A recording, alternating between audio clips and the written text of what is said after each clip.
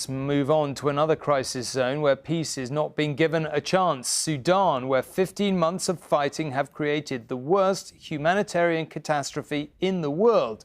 That is the description of the United Nations children's charity UNICEF.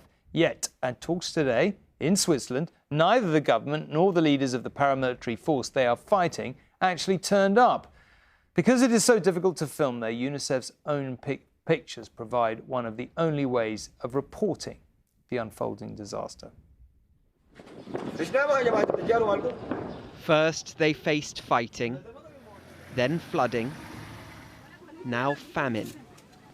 Sudan is in the midst of the world's biggest humanitarian crisis.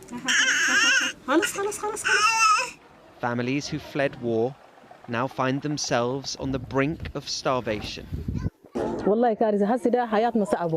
Our lives have become difficult. Now, as you can see, we don't have anything, not even dinner to make for my kids. The war in Sudan is being fought between government troops and the RSF, a paramilitary force that used to work for it. Almost 11 million people have been forced to leave their homes.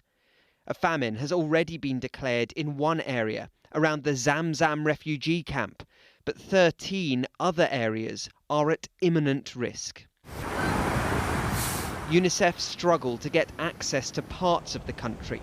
They say this famine is 100% caused by the conflict. In the coming months, there is a high risk of tens of thousands of children dying. The worst case scenario is a disease. The worst case scenario is if we get a diarrhea or a measles outbreak. Then you could potentially add a zero to those numbers. You could see catastrophic death like we've not seen since the Ethiopian famine 40 years ago that we thought the world had left behind. 25 million people in Sudan face acute hunger. Some have already been close to death. Baby Bara'a was suffering from severe malnutrition. He was only saved when international volunteers intervened with special therapeutic food. His mum says she wishes she could take his place. Her dream is simple: to see him grow up, to go to nursery. When people flee their homes, they leave their fields and cattle, disrupting the entire food chain. 10,000 children alone are being displaced every single day.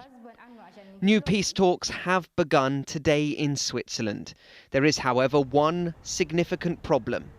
Neither the government nor the RSF have actually shown up.